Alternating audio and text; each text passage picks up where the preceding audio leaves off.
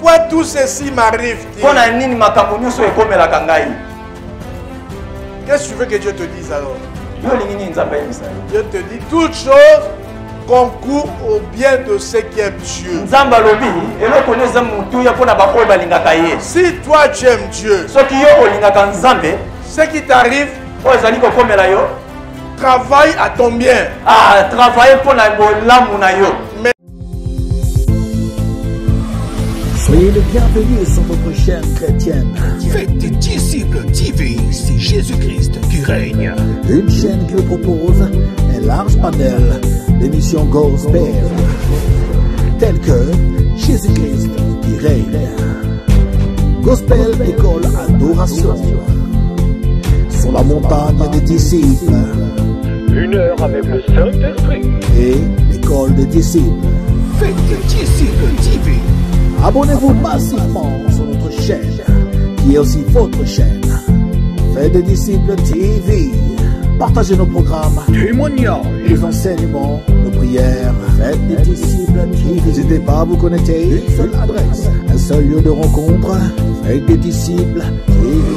C'est Jésus-Christ qui règne. ça peut aussi être un problème dans son travail.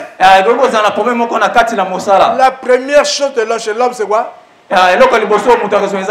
L'homme va commencer à se lamenter. Il va commencer à douter même. Il va dire, est-ce que Dieu me connaît? Qu'est-ce qui m'arrive? Comme quelqu'un de la Bible a dit un Dieu un jour. Pourquoi tout ceci nous arrive-t-il? La même chose avec toi, tu te demandes à Dieu, pourquoi tout ceci m'arrive-t-il? Pourquoi tout ceci m'arrive-t-il? Qu'est-ce que tu veux que Dieu te dise alors?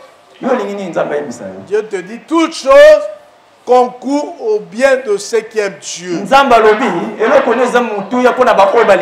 Si toi tu aimes Dieu, ce qui t'arrive travaille à ton bien. Mais tu ne le sais pas. Mais si seulement tu fais confiance à Dieu, tu verras cela arriver. Je vais vous donner un exemple. Dans Genèse chapitre 45, Genèse 45, verset 5. verset 5. Là-bas, il est dit ceci. Ça, c'est Joseph qui parle. Ne vous affligez pas. Ne vous affligez pas. Et ne soyez pas fâchés de m'avoir vendu pour être reconduit ici. Maintenant, ne vous affligez pas. Et ne soyez pas fâchés de m'avoir vendu pour être reconduit ici. Car c'est pour vous sauver la vie que Dieu m'a envoyé ici. Dieu, ça c'est la... Joseph avait compris la volonté de Dieu dans sa vie. Il a compris que tout ce qui lui était arrivé concourait à son bien. Il n'a pas dit à Dieu pourquoi tout ceci m'arrive-t-il. Mais il a compris. Ah, moi Joseph. Haï de mes frères. Ils m'ont haï. Et jusqu'à me vendre même. Moi, leurs frères m'ont vendu. Et qu'est-ce qui m'arrive alors? Après cela, là on l'avait vendu. Il est arrivé jusqu'à la maison de Potiphar. Au lieu d'être en paix là-bas,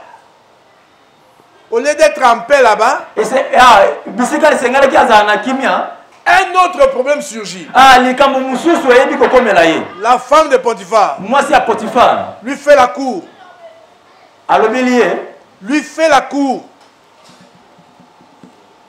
Donc la femme de Potiphar moi c'est Potiphar. cherche à sortir avec Joseph. Azaki na bosenga abimana na Joseph. Et Joseph a refusé. Pe Joseph abaki na koboya. Et alors la femme a tourné la veste. Et moi si abaki na kokata ezali na bana ye. Pour crier à tout le monde. Pona kokanga na batu nyonso. Joseph a voulu coucher avec moi. Joseph alingi abimana ngai. Et on a arrêté Joseph. Pe babaki na kokanga ye. On l'a arrêté pour l'envoyer en prison. Bakangi pe batinde na boloko. On l'a mis en prison. Batie na kati ya boloko. Si c'était toi ou moi encore, en ces temps où nous sommes, nous allons directement dire que Joseph est maudit. C'est ce que beaucoup de prédicateurs disent. Quand quelqu'un traverse des moments difficiles dans sa vie, on dit directement qu'il est maudit. Il est envoûté. Il est ensorcelé. Ici, me pose la question, qui avait ensorcelé Joseph? Qui l'avait ensorcelé? Or, c'est Dieu qui travaillait dans ces problèmes-là qui lui arrivaient. Pour le conduire à sa destinée. Alors, bien-aimé, ne vous lamentez pas sur les choses qui vous arrivent. Ne soyez pas effrayés. Mais regardez comment est-ce que Dieu va faire les choses. Rendez grâce à Dieu en toutes choses. J'entends souvent les gens dire, oh merci Dieu, parce que je traversais la grande route. J'ai bien traversé. D'autres personnes qui voulaient faire de même, ils ont été emportés par un véhicule. Moi je te rends grâce parce que je suis sauf. Parce que je suis sain et sauf. Et celui qui a été tamponné, qu'est-ce qu'il dira? Lui ne va pas rendre grâce à Dieu. Alléluia. Est-ce que lui ne peut pas rendre grâce à Dieu? Qu'est-ce que vous pensez, bien-aimé? Toutes les personnes qu'on a tamponnées aujourd'hui, qu'on a renversées par des véhicules, sont forcément du diable. Réfléchissez sur ça. Alors, bien aimé, toutes choses concourent bien de ceux qui aiment Dieu. Retenez c'est cela. Retenez cela que toutes choses concourent au bien de ceux qui aiment Dieu. Un problème peut arriver. Comme c'était arrivé dans la vie de Joseph. Certaines personnes disaient, cet homme a vraiment de la méchanceté dans sa vie. Haï de ses propres frères. Et directement il a été vendu. Et là où il a été vendu, bien aimé, acheminé directement en prison. Oh, quelle malédiction. Pour les gens d'ici d'aujourd'hui, ils diraient c'est la malédiction. Comment lui souffre-t-il? Il y a des prédicateurs improvisés qui disent même, le malheur c'est pour les méchants. Jamais le malheur ne peut arriver à un enfant de Dieu. Ça, ce sont des prédicateurs improvisés. Des prédicateurs à qui Dieu n'a pas envoyé. Ils ne comprennent rien de Dieu. Ils ne comprennent pas comment Dieu fait les choses. Et pour Joseph, les gens pouvaient dire ainsi. C'est comme pour l'apôtre Paul un jour. Il était quelque part. Il voulait ramasser les morceaux de bois pour allumer le feu. Et directement il veut peur. S'attacha à sa peau. mbala moko liba moko ekangami na poso nzoto na ye. Une vipère Ah, nyoka moko ya mabe. l'avait mordu. Asuye. Alléluia. Amen. Et les gens qui étaient là en train de contempler disent, Bato basala ko balobi e. oh cet homme, hein, Mutu oyo. c'est vraiment un méchant. Ata pe mabe makasi. Regarde, il a échappé à la justice. Tala ndenga zali côté justice. Il a échappé à la justice Ah, du tala ndenga monde. kinyo ezali justice na mokili. C'est-à-dire que les gens de la justice ne l'ont pas condamné. Ah, elingi oloba te bato ya justice bakondana ki yete. Donc, il a échappé à la justice. Akimo ezali justice. Donc, pour aller à Rome, Ah, pour okene na Rome. regarde ce qui lui arrive. Tala oyo komela ki. Dans ça, pour eux, c'était une autre justice. C'était la justice de Dieu contre Paul. Ah, ezali kinde justice contre Paul. La justice de Dieu contre Paul. Ah, justice ya Nzambe contre Paul. Voilà, maintenant Dieu, le serpent l'a mordu. Ah, Nzambe atindi munyoka iba koswa ye. Ils étaient tous là.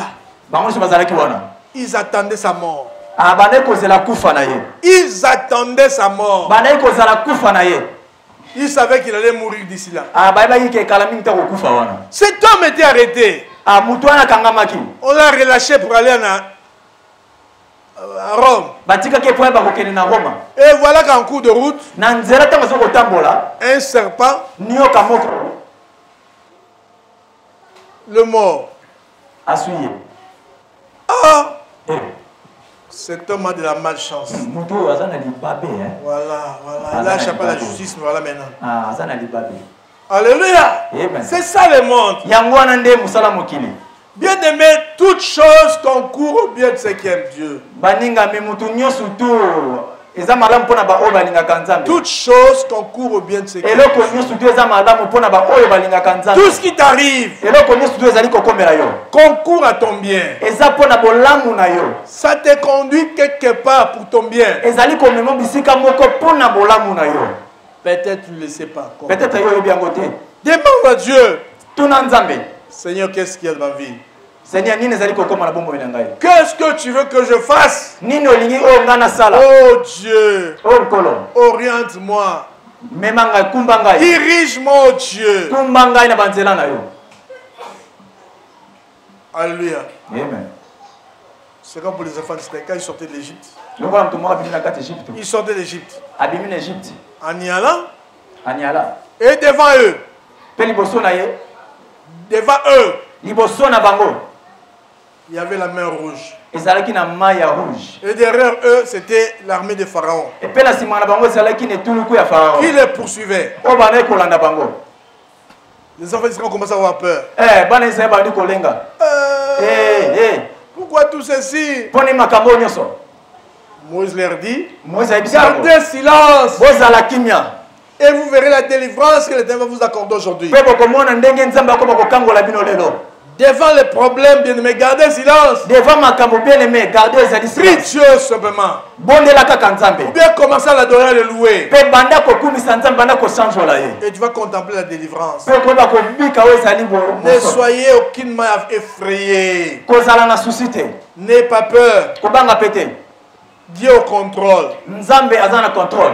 Toutes choses travaillent pour ton bien. Eloko nyonso ezali kosala mpona bolamu na yo. Pour le bien de celui qui aime Dieu. Mpona bolamu oyo bazali koluka Nzambe. Joseph ne le savait pas. Joseph ayebaki yango te. Les choses lui arrivaient. Makambo ezali kokomela ye. Or, ces choses-là qui lui arrivaient dans la vie Ok, makambo oyo ekokomela le bomoi na ye. conduisaient quelque part. Ebandaki komeme bisika moko. Dieu savait que non.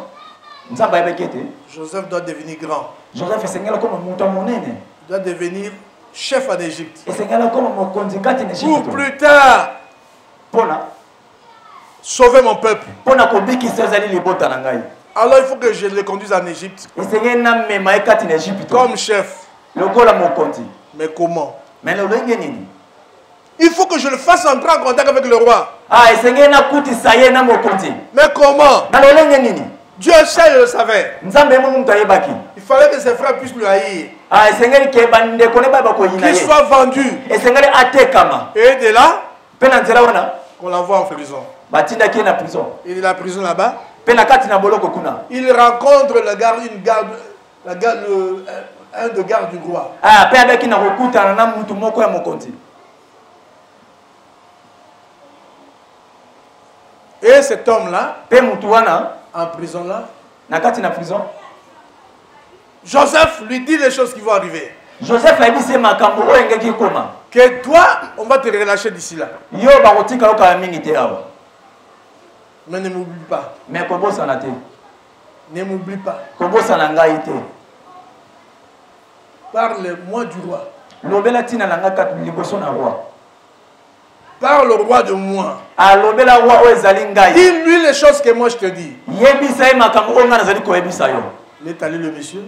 akendaki Il a parlé au roi de Joseph. alobeli roi oyo ezali ntina ya Joseph Et qu'est-ce qu'a fait Joseph?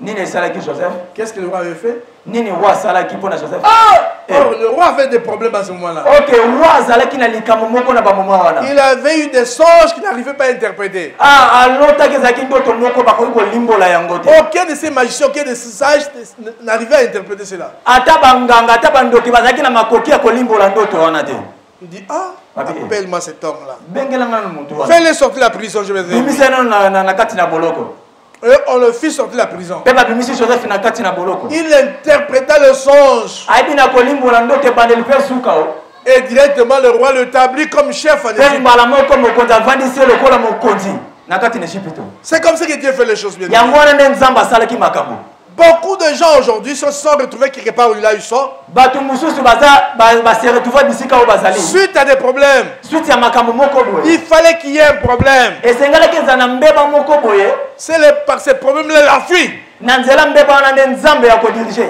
En fuyant, il s'est retrouvé là où il est parti. bisika wana En fuyant, nakokima à cause de ces problèmes-là, nakokima akosa makambo wana qu'il est allé peut-être en Europe ou je ne sais pas où. akei siko bisika wapi soki na Europe soki wapi Il se trouve au lieu de sa destinée. akomi bisika oyo ezali destine na ye C'est comme ça que Dieu fait les choses. yango wana nde nzambe ndenge asalaka On makambo peut taillir quelque part. bakoki koyino bisika moko Te chasser même d'une maison, d'une famille. bakoki kobengana o bisika moko Comme on avait chassé Jephthé. lokola babenganaki Jephté On l'avait chassé. babenganaki ye Sa famille, on avait dit, toi Jephthé, qui es-tu? babengaki mpa na bafamille na babi Jephté yo oza nani Juge chapitre 11. na Juge 11 On l'a chassé, on dit, toi Jephthé, qui es-tu? babengani babi Jephté yo oza nani Tu es fils de notre père, mais oza mwana ya tata na biso me ta mère est une prostituée. me obotama na makambo Tu ne peux pas hériter avec nous. okoki jamais kozwa Va-t'en. kende On l'avait chassé. babenganaki ye Et là où Jephthé était parti, bien aimé, bisika oyo Jephté akendaki moningami c'est la contraint à faire ce qu'il faisait. abandaki kosala oyo esengeli kosala Il était devenu guerrier. akomaki guerrier moto ya makasi Grâce à ce qu'il faisait là-bas, na ntina oyo bandaki kosala kuna un jour, mokolo moko ses frères se sont retrouvés dans les problèmes. bandeko ne bakwei na mbeba moko boye Et ils ont appris de là ils étaient que Jephthé là-bas était devenu un grand guerrier. mpe bayoki sango ke bisika Jephté akendaki akomi moto makasi Et ils ont fait appel à lui. mpe babengaki ye Jephthé, viens. Jephté yaka Viens nous aider. yaka kosunga biso Ah, vous voulez que je vienne? bolingi na ya Alors, sikoyo c'est que vous allez me laisser devenir votre chef. seki bokotikanga komi mokonzi na bino Ça, c'est Dieu bien-aimé. wana nde ezali nzambe Un problème peut arriver dans ta vie. likambo moko ekokoma na bomoi na yo Ne te lamente pas, ne te tourmente pas. koyimayima te koyimayima Prie te Dieu. bondela nzambe Garde ton calme. garde ezali silence Garde silence, bien-aimé. garde ezali kimia C'est important, bien-aimé. eza ntina malamu Et tu verras la délivrance de Dieu. mpo komona délivrance ya nzambe Et prenons l'exemple de Moïse. zwa susu exemple ya moïse Moïse, il est né. moïse abotami Dans quelles circonstances vous le savez? Là, vous le savez. na ntina moko boyo oyebi Vous le savez, Moïse était né. boyebi eke moïse abotamaki Mais Dieu me nzambe connaissait Moïse avant qu'il soit né. ayebaki moïse yambo ete abotama Il connaissait sa destinée. ayebaki oyo ezali destine na ye Qu'est-ce que Dieu devait faire pour Moïse? nino nzambe asalaki mpo na moïse Dieu a dit, non? nzambe alobi Je dois le conduire vers sa destinée. esengeli natinda ye vers destine Alors il faut des problèmes, créer des problèmes qui vont le conduire là-bas. esengeli na créer problème moko oyo kotinda ye kuna Dieu a permis ces problèmes-là. nzambe acréé problème wana C'était quoi? ezalaki nini Le pharaon de l'époque pharaon na ntango wana a pris une décision. azwi mokano Désormais, kobanda lelo tout enfant juif qui naîtra Sur la terre d'Égypte, un garçon doit être tué. Doit être mis à mort. Les parents de Moïse ont dit, notre enfant est beau, on ne peut pas le laisser mourir. On ne peut pas le laisser mourir. Ils ont pris l'enfant. Ils ont allé le cacher. Comme vous le mettez où? Ça, vous le savez. Alléluia. Amen. Dès là où on l'avait mis. Dans un berceau. Qui flottait sur l'eau. On a mis l'enfant comme ça. Et alors, Dieu a permis, il est Dieu qui conduit toutes choses, qui conduit toutes choses. Dieu a envoyé la fille de Pharaon. Elle-même ne sachait pas que c'était Dieu qui la conduisait là-bas. On a découvert l'enfant. On a découvert l'enfant. On a la force de résistance là. Toutes choses concourent au bien de ceux qui aiment Dieu. Tu peux être quelque part. On te chasse. Ne sois pas frayé. Il ne faut pas mourir par cause de ça. Tu étais chez ton oncle, il te chasse. Tu n'as ni père ni mère. On te chasse. Ne te dérange pas. Comme un poisson dans l'eau, va où Dieu te conduira. Dieu va certainement disposer un corbeau pour toi. Dieu peut disposer même un corbeau pour toi. C'est comme on peut être un ami. Il te prend. Il te loge chez lui. Et demain, tu as vu quelqu'un d'important dans la vie. C'est comme ça que beaucoup de gens se sont retrouvés. C'est comme ça. Ils ont affronté des problèmes. Mais si toi, tu as battu chaque fois qu'il y a un problème. Les gens ne veulent pas de moi. Les gens me haïssent. Ah, moi c'est fini, je vais mourir. Non, bien-aimé. Affronte la vie. Il y a un bien qui est caché que toi tu ne sais pas. Il y a un bien que toi tu ne vois pas. Peut-être que ce chemin-là, Dieu ne veut pas que tu ailles. Parce que ton bonheur n'est pas là. D'où Dieu peut me mettre un obstacle. Tu vois que ça ne marche pas, pourquoi? Je prie Dieu, je prie Dieu. Dieu ne veut pas que tu ailles là-bas. Parce que là-bas tu iras mourir. Dieu veut te conduire ailleurs. Laisse-toi comme un poisson dans l'eau. Oh Dieu, conduis-moi là où tu veux. Il te conduira là où il veut que tu ailles. C'est pour dans la vie bien. Ne sois pas toujours effrayé. Que là où tu travaillais, on t'a mis à la porte. Et directement tu es abattu. Oh, je suis foutu, je suis fini. Tu n'es pas fini. Il y a la vie devant toi. Il y a une porte qui va s'ouvrir pour toi. Je me rappelle de Mardoché. Mardoché disait un jour à Esther. Oh Esther, ma soeur. Esther chapitre 4. Esther, nous sommes attaqués. Nous les Juifs on fait notre mort. On a signé un édit contre les Juifs. On doit les tuer tous. Mais Esther, toi tu es la reine. Esther, sais-tu pourquoi est-ce que tu es arrivé à cette heure-ci comme reine? Parce que Dieu savait qu'un jour, on aurait un tel problème que toi tu viendras à notre secours. Si tu ne veux pas nous venir en aide, soko yepona kosunga biso te c'est que tu auras fermé ta porte. soko kangi kuki na yo Dieu est capable d'ouvrir notre porte. nzambe aza na makoki kofungola ekuke Si mosusu toi tu fermes une porte ici, Dieu peut ouvrir notre porte. soki okangi ekuke oyo nzambe kofungola ekuke mosusu. Alléluia. C'est ça l'enfant de Dieu. yango wana nde mwana nzambe Il ne se lamente pas, il ne se tourmente pas. ayimaki yimaki te Si toi tu fermes la porte, soki okangi ekuke oyo Dieu ouvrirait notre porte. nzambe kofungola ekuke mosusu. Si toi tu ne veux pas venir au secours, soki oye mpo oyo kosunga biso te le secours viendra d'ailleurs. lisunga kowuta. Alors, lorsque Esther a entendu cela, ntango ester ayokaki yango il a dit non. abi te Il dit, toi tu mourras, toi. Esther, toi et ta famille, vous mourrez. biso na famille tokokufa. Toi et ta famille, vous mourrez. Yo na libota na yo bokoyebana kokufa. Mais nous les Juifs, Dieu ouvrira d'autres portes pour notre secours. Mais biso pona ba yuda nzamba kofungola ekuke mususu pona biso. Parce que toi tu penses parce que tu es la reine aujourd'hui, Parce que ozali kokanisa pa eti pamba te ozali reine lelo. que tu seras épargné. Yo kozala épargné. Non, non, non, non, non. Te. Dieu nous secours, viendra notre secours. Nzambe akoya pona kosunga biso. Tandis que toi et ta famille, vous mourrez. Yo na libota na bokokufa o. Sais-tu pourquoi tu étais devenu reine? Obiti na nilo okomaki mwasi ya mokonzi. À cause de ces choses, mais regardez, même, voyez même la vie d'Esther. À cause de makambo tala bomo. Comment est-ce qu'elle était devenue reine?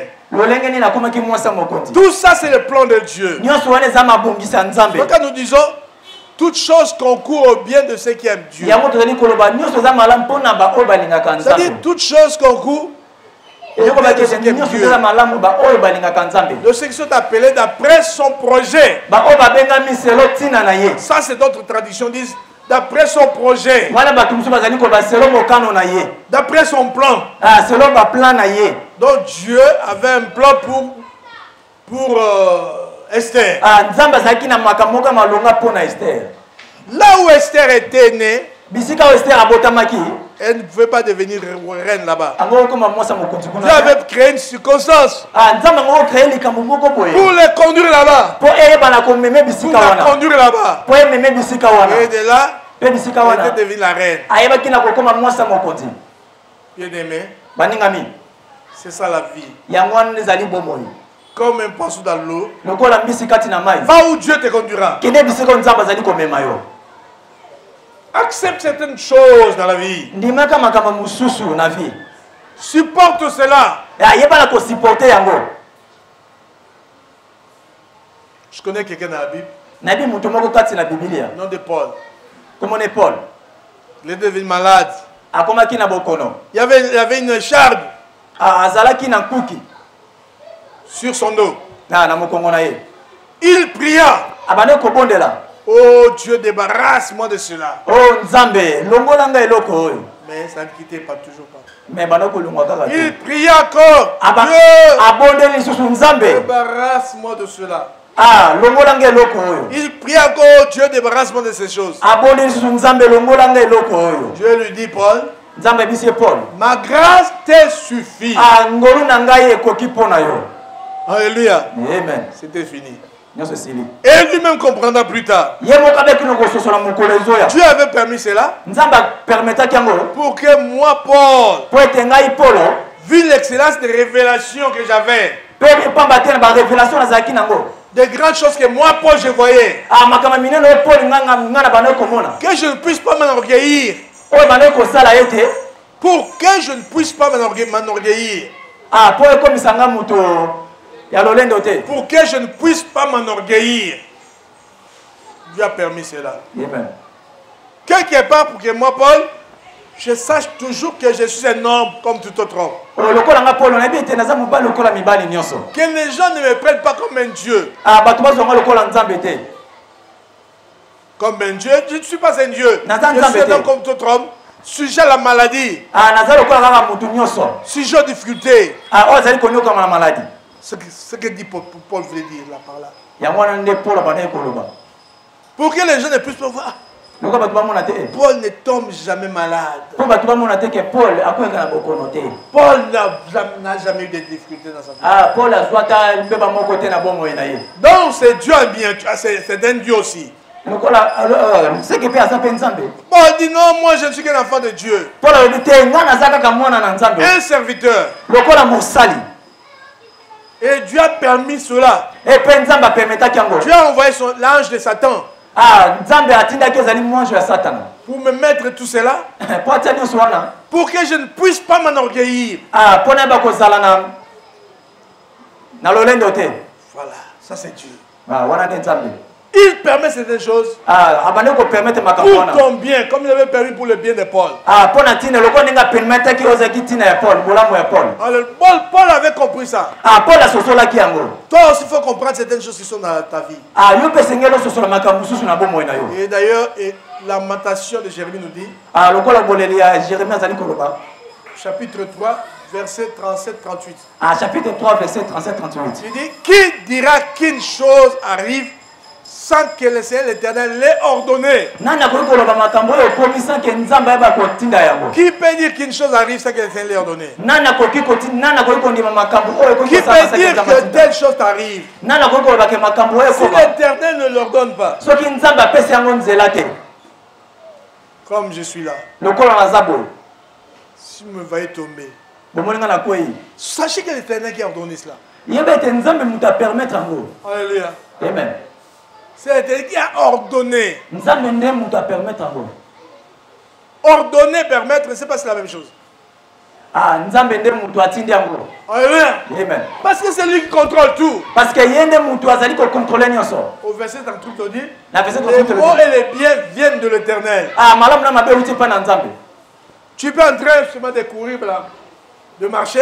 D'aller, tu es en train d'aller quelque part.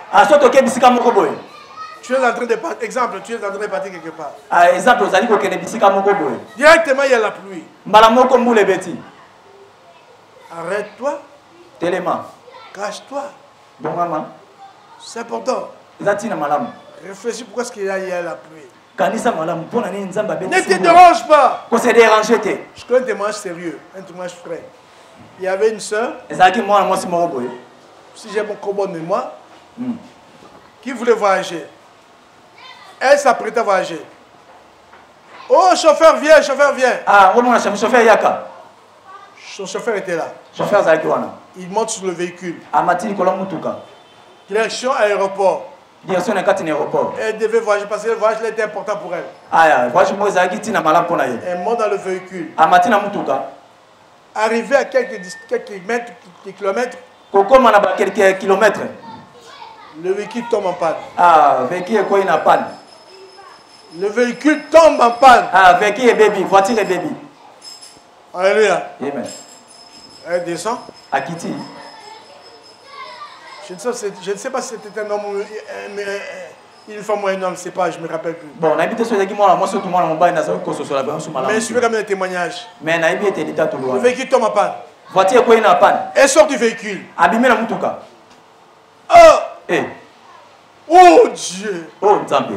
Pourquoi tout ceci? Mais pour nani makambo nyonso. D'ici là, l'avion va décoller. Mais calamité avion ko ba ko pepa. Moi j'avais raté mon avion. Si ko ngana ko raté o ezali apena. Oh Dieu, pourquoi c'est là? Oh Dieu, pourquoi c'est là? Pour nani makambo ko yi. Oh, elle était ébranlée, fatiguée, découragée.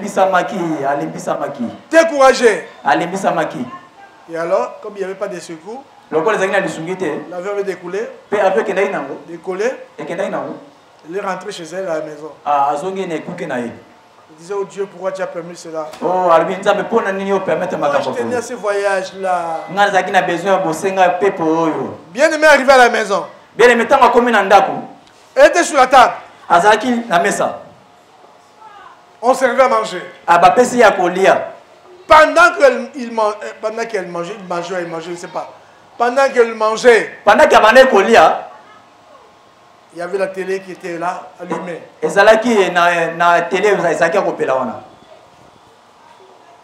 a entendu l'information.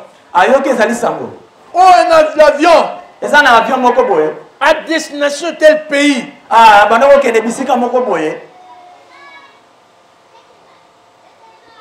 fait crash là-bas. Aucun survivant. L'avion là fait crash. Ah, avion, écoute. Aucun survivant. Ah, avion, c'est l'accident. Attends, tout le monde a quitté. Alléluia. Amen. Devant la nourriture, elle n'arrivait plus à mettre la nourriture dans sa bouche. Elle tremblotait. Donc si j'avais voyagé, donc j'allais mourir. J'ai risqué la mort, oh Dieu, merci. Et c'est à génie, oh Dieu, merci. Tu as épargné ma vie. Oh bien-aimé. Mais quand le problème était arrivé, quand il y avait panne, quand il y avait panne, elle s'était lamentée. Elle s'était lamentée. Et voilà maintenant. Elle glorifie Dieu. Toi, tu n'as pas de glorifier Dieu après que tu auras vu la conséquence. Glorifie Dieu maintenant. Devant ton problème, glorifie Dieu. Oh Dieu, je te rends grâce. Parce que tu m'as fait quitter ce travail-là. Parce que tu savais que en étant toujours là, on allait m'empoisonner. Mais tu as permis qu'on me chasse. Parce que souvent les gens autour de le pire. Il ne pense jamais que le malheur pouvait lui arriver là où il était. Dieu est bon bien-aimé. Prie Dieu. Si ça vient du diable, c'est caractère devant toi. Si ça vient de Dieu, ça parce que Dieu peut venir diffuser, parce que Dieu sait qu'en y allant, on allait te tuer là-bas. On allait t'emprisonner. Dieu nous épargne du danger, bien-aimé. Quelqu'un dit dans la Bible, le malheur atteint souvent les justes. Le malheur atteint souvent le juste. Le malheur atteint souvent. Mais l'Éternel nous en délivre toujours. Ça, c'est Dieu, bien-aimé. Soyez attachés-vous à l'Éternel. Persévérez. Rendez grâce à Dieu à tout ce qui vous arrive. Malade ou pas malade, rends grâce à Dieu. On t'a chassé du mariage. Glorifie Dieu. Oh Dieu. Moi on m'a répudié. Que dois-je faire? Prie Dieu. Si Dieu le veut, tu seras rétabli là où tu étais. Si Dieu le veut pas. Beaucoup de gens comme ça ont été écartés comme ça. Quelques temps après, elle se fait remplacer par une autre femme. Et la femme là, au bout de 2 ans, elle meurt. Elle meurt de quoi? Du sida. Donc Dieu m'a épargné. Donc mon mari a été malade. C'est quoi Dieu a permis qu'elle me mette à la porte? Pour épargner ma vie. Mais mon mari n'était plus dans le droit chemin. Elle touchait à tout. Elle pouvait me livrer. Il pouvait me livrer dans ce monde de ténèbres. Comme un sacrifice. Mais Dieu a permis que ce ne soit plus moi, que ce soit quelqu'un d'autre. Soyez en paix, bien-aimés. Dans votre cœur, pour tout ce qui vous arrive. Glorifie Dieu. Dieu, oh Dieu. Gardez silence. C'est le silence qu'il faut garder. Il faut glorifier Dieu. Oh Dieu, merci. Je te remercie, mon Dieu, mon roi. Pourquoi tout ceci m'arrive-t-il? La Bible dit ici, si vous continuez au verset 40, on dit, dans la Matthieu 3, verset 40, la Bible dit, pourquoi l'homme vivant se plaindrait-il pour ce qui lui arrive? Non, glorifie Dieu, bénis Dieu, Non. glorifie Dieu. Kumisa Nzambe, kumisa Nzambe. Pourquoi se plaindre? Pona nini kolela boye? D'abord, premièrement, regarde toi-même. Pourquoi tout ça t'arrive? Yo moko mitala nini oyo ezali kokomela ngai? Peut-être tu as des problèmes. Peut-être oza na makambo moko boye. Parce que nous faisons des choses, certaines personnes font des choses. Parce que bato musule bamonela makambo. Il fait des choses, il ignore les conséquences. Ah basala makambo no lenge wana. Tu voles aujourd'hui, tu escroques aujourd'hui. Ozali koyiba lelo, ozali kokosa lelo. Mais les conséquences viendront plus tard. Mais conséquence koya na sima. Lorsque les conséquences viendront, Tango conséquence koya. dans ta famille, Yo na libota na yo. commence à dire, ah, pourquoi tous ces... Ah famille no bakola pona nini makambo boye. Je vais vous dire une chose, il y a des gens qui pensent que si aujourd'hui il est bien. Na roba makambo tsusu bato musu ba kanisa soki bazali lelo boye. Je suis bien, aujourd'hui je suis bien. Naza bien, naza bozui. Je route carrosse, ma famille est bénie. Ah, libota na nga bapambwama. Ça continuera ainsi. Et ko baka bongo. Détrompez-vous. Ozali komikosa. Si vous ne restez pas en Dieu, Ah soko ozali kotika na Nzambe te. si vous écartez de ces principes, Ah soko ozali kolongwa na tina ya Nzambe. vous faites du mal, le malheur vous atteindra. C'est Ozali normal. kosala mabe pe mabe ko bakokomela yo. Bien-aimé, Baningami. c'est pourtant bien-aimé. Eza tina malamu. Attachez-vous à Dieu. Kangama na Nzambe. Demeurez en Dieu. Kangama na Nzambe. Et tout ira pour le mieux pour vous. Pe nyonso ezala malamu mpona yo. Parce que Dieu a dit lui-même. Parce que Nzambe alibi ye moko. Toutes choses Eloko nyonso. concourent à votre bien. Eza malamu mpona baoyo balingaka ye. Dieu fera concourir ces choses-là pour ton bien. Ah Nzambe kosala makambo wana mpona bolamu na yo. Toutes ces choses vont travailler pour ton bien. Makambo nyonso kosalama mpona bolamu na yo. Est-ce que vous avez compris? Est-ce que bososoli ngai? Est-ce que quelqu'un m'a compris ici? Est-ce que mutu moko asosoli ngai? Regarde ces problèmes qui t'arrivent. Tala makambo ozali kokomela yo. Dieu sait pourquoi c'est là. Nzambe ayebi mpona nini esengeli ekomela yo. Moi, je ne le sais pas. Nga Mais Dieu nayebi le te. sait. Mais Nzambe ayebi. Peut-être toi aussi, tu ne le sais pas. Peut-être yo Mais oyebi toi, te. tu peux le demander à Dieu. Mais yo kotuna Nzambe. Comme quelqu'un avait demandé à Dieu pourquoi tout ceci m'arrive-t-il. Lokola mutu moko alobaki mpona nini makambo ezali kokomela ngai. Dieu lui avait répondu, Dieu lui avait dit, Gédéon. Nzambe abisaki Gédéon. Dans le livre des juges, Dieu lui a dit, Na livre ya juge. c'est à cause de vos péchés À cause ya masumu na bino. que cela vous arrive. Yango nde ezali kokomela yo. Dieu peut vous parler et vous dire, non, Nzambe akoki koyebisa yo be. ma fille, calme-toi. Mwana mwasi. C'est à dessiner. Mon frère, c'est à dessiner. Ah ndeko na nga mobali ezali. Je suis en train de travailler. Nazali kotravailler mpona ntina na yo. Ces difficultés, ces problèmes sont comme un tremplin. Ah, problème wana ezali lokola travail moko boye. Comme un tremplin pour te conduire quelque chose, quelque part. Après bakomengo bisika moko boye. Alléluia. Amen. Tu sauras, tu me glorifieras le jour où tu arriveras là-bas. Ah, okotonda Nzambe bisika tango okoma wana. Alléluia. Amen. Que Dieu vous bénisse, son Saint Jésus. Nzambe ayeba kopambola bino na kombo na Yesu. Nous allons tous dire merci à Dieu pour le message. Soyez les bienvenus sur votre chaîne chrétienne. Faites des disciples TV, c'est Jésus-Christ qui règne. Une chaîne qui vous propose un large panel d'émissions gospel, telles que Jésus-Christ qui règne, Gospel École Adoration, sur la montagne des disciples, 1 heure avec le Saint-Esprit. et l'école des disciples. Faites des disciples TV. Abonnez-vous massivement sur notre chaîne, qui est aussi votre chaîne. Faites des disciples TV. Partagez nos programmes, Témoignages. les enseignements, nos prières. Faites des disciples TV. N'hésitez pas à vous connecter. Une seule adresse, un seul lieu de rencontre. Faites des disciples TV. C'est Jésus-Christ qui règne.